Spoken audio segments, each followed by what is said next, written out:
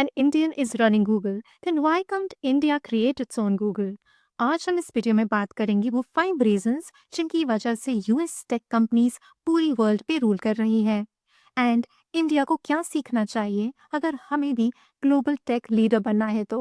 Number 1, talent and merit. Bill Gates ने जब Microsoft से स्टेप डाउन किया था तब उन्होंने अपने बच्चों को सीईओ नहीं बनाया, इंस्टेड टैलेंट के बेसिस पे प्रमोट किया and today a guy from Hyderabad is running the show. क्या हम सोच सकते हैं कि कभी हमें ऐसी चीज अडानी ग्रुप या रिलायंस ग्रुप में देखने को मिल सकती है? नेपोटिज्म बहुत ही इनग्रेन्ड पार्ट बनता जा रहा है हमारी सोसाइटी का, due to which talented outsiders को शाइन करने का मौका इतनी आसानी से नहीं मिल पाता। यूएसए का जो बिगेस्ट एडवांटेज है that is its ability to attract talent from all around the world. There is also a sense of fairness when it comes to promoting the talent, जो कि इस लेवल का किसी भी और कंट्री में देखने को नहीं मिलता। Based on merit and only merit, a lot of Indian born CEOs are running large companies in the US. Talent तो इंडिया में भी बहुत है, बट उस इकोसिस्टम की कमी है जो इस टैलेंट को शाइन करने दे, एंड ये कहीं ना कहीं हमें डेटा में रिफ्लेक्ट होते हुए भी दिखता है। According to global talent competitiveness index, जो कि मेजर करता है किसी भी कंट्री की क्षमता to attract and retain talent, इस इंडेक्स के मुताबिक USA ranks third in the world versus India, जो कि रैंक करता है 103rd पर। And I want to share a personal example also. मेरे जो हस्बैंड है वो when he was in India, he used to earn around 3.5 lakhs per annum in a service based company, but जब वो US आया तब उसकी जो सैलरी थी it became more than 1 crore per annum in a big tech company। And ये कई सारे इंडियंस के साथ मैंने देखा है कि अगर वो इंडिया में स्ट्रगल कर रहे थे तो यूएस में आने के बाद उनको काफ़ी सक्सेस मिलती है, and that is because of USA का इकोसिस्टम दैट प्रमोट्स टैलेंट। तो इसमें जो हमारी सबसे पहली लर्निंग है वो ये कि इंडियन सिस्टम को मेरिट को रिवॉर्ड करना चाहिए, सरनेम को नहीं। Before we move on to the next one, please like and subscribe to support this channel. Number 2, education is equals to innovation. Do you know कि companies like Google, Facebook, FedEx, Dell, Reddit, Snapchat, Dropbox जैसी companies में क्या common है? Well, they were all either PhD or university level projects that went on to become great, impactful global companies making billions today. Isn't that mind blowing? ये level है USA की education का at university level, which is probably the best in the world. My husband did his masters in the US in computer science, and he told me कि majority जो उसके courses थे, they did not have any exams.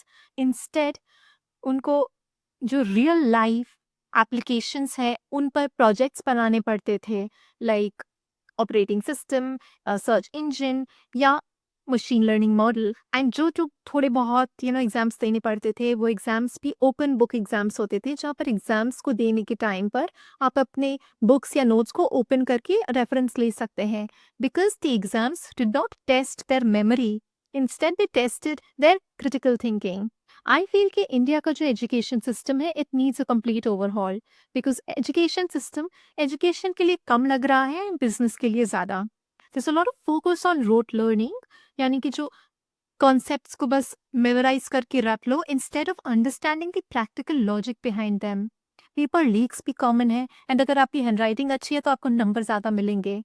In fact कहीं ना कहीं creativity and practical application पर कम focus होने की वजह से a lot of students graduating from Indian universities, उनका जो स्किल सेट्स हैं उनमें गैप्स रह जाते हैं। जो सेकंड लर्निंग है वो ये कि we as Indians should focus on improving the education system by focusing more on skills, critical thinking, practical knowledge, and not just marks and information cramming. Third, government support. Now, this is the crucial one because I believe the ease of doing business है that is somewhat directly proportional to the support shown by those in power. Sabir Bhatia जिन्होंने hotmail.com launch किया था, which later got acquired by Microsoft, उन्होंने एक interview में कहा that his team was working on voice over IP, which would have been something like WhatsApp. तो उन्होंने बताया that 3 of his executives got arrested because उनका जो innovation था that was not in compliance with the telecom laws that time.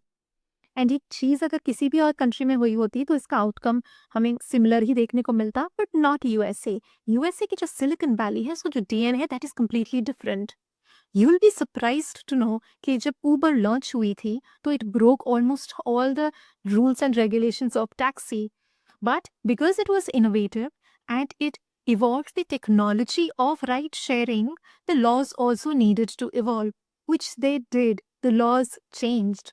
तो यहाँ पर जो रोल है गवर्नमेंट सपोर्ट का वो काफ़ी क्रिटिकल हो जाता है, बिकॉज जब भी कोई इनोवेशन होगा it will always be a new thing, so it might not always fit in to the existing rules and regulations, and that's why we have amendments जो कि एनेबल करते हैं to change these outdated laws for the better. And मैं आपको एक current example भी देना चाहूँगी, अगर आप जानते हो, अपना नाम सुना हो गूगल वेमो का। It is a robo taxi, it's a driverless cab, इसमें कोई ड्राइवर नहीं होता और ये कैब चलती है। It is currently running in 9 cities of US, and to just to accommodate this new innovation, the rules and regulations of taxi laws are changing in the US. तो हमारे लिए जो थर्ड लर्निंग है वो ये कि Indian system should support innovation, not suppress it. Laws should enable the future and not protect the past. Number 4, culture of risk versus fear of failure. Ancient India ने world को काफ़ी significant innovations दिए थे, but modern India में जो risk taking ability है वो कम होते हुए दिख रही है। इंडिया में फेलियर को एक सोशल स्टिग्मा की तरह देखा जाता है, वहीं यूएसए में अगर आप कुछ नया कर रहे हैं एंड उसमें कहा क्यों ना फेल ही क्यों ना हुए हो आप, उस फेलियर को भी आप देखोगे यहाँ पर लोग they wear it as a badge of honour socially. And इसी माइंडसेट से एक ऐसा इकोसिस्टम क्रिएट हो गया है जिसमें आपको कुछ भी नया ट्राई करने से कभी डर नहीं लगेगा, because of the supportive environment. And due to this fact बहुत सारे आप देखोगे जो मेजॉरिटी मॉडर्न टेक इनोवेशंस हैं they are happening in the US. Unacademy के सीईओ ने पैनल इंटरव्यू में बहुत ही ऑनेस्ट बात बोली, जिसको सुनकर शायद हमें एक रियलिटी चेक भी मिलेगा, that majority of the Indian tech founders, they've not done any innovation. उन्होंने जो भी यूएस में चल रहा है उसको कॉपी करके इंडिया में इम्प्लीमेंट कर दिया। And Indian cabinet minister mister Piyush Goyal, उन्होंने भी एक स्टार्टअप कॉन्फ्रेंस में बहुत ही वैलिड पॉइंट रेज किया था, जिसको सुनकर उनको काफ़ी उनको इस बात के लिए काफ़ी बैकलैश भी फेस करने को मिला फ्रॉम अदर स्टार्टअप फाउंडर्स। और उन्होंने कहा था कि जहाँ हम अभी food delivery apps and e commerce apps में अटके हुए हैं, वहीं जो चाइना है वो इलेक्ट्रिक मोबिलिटी एंड एआई के थ्रू वर्ल्ड डोमिनेंस दिखा रहा है। तो फोर्थ लर्निंग जो है हमारे लिए वो ये कि रिस्क से मत डरो, फेलियर से ग्रोथ है। हमें कहीं ना कहीं अपना ही माइंडसेट चेंज करना पड़ेगा, because culture is nothing but a reflection of a society, and society is nothing but people like you and me, जिससे जो आने वाली जनरेशन है वो इंडिया से भी इम्पैक्टफुल इनोवेशंस ला पाए for the world to see. Number 5, capital allocation and courage. जो वेंचर कैपिटलिज्म का मॉडर्नाइज्ड वर्जन है वो यूएसए में ही ओरिजिनेट हुआ after world war 2। And Jeff Bezos ने अपने एक इंटरव्यू में बोला है that the key to entrepreneurial success in the US is due to the fact that यहाँ पर जो risk appetite है and risk capital है वो काफ़ी अच्छा है, which enables founders to raise money, money like $50 million for their businesses, even if their business has only 10% chance of succeeding.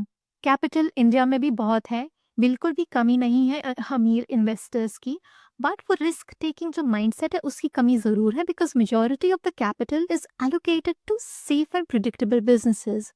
इसका एक छोटा सा ग्लिम्स हमें Indian popular TV show Shark Tank India में भी देखने को मिलता है, जहाँ पर जो शार्क्स हैं they prefer investing their money in D2C companies from food, beauty, fashion industries that have predictable growth.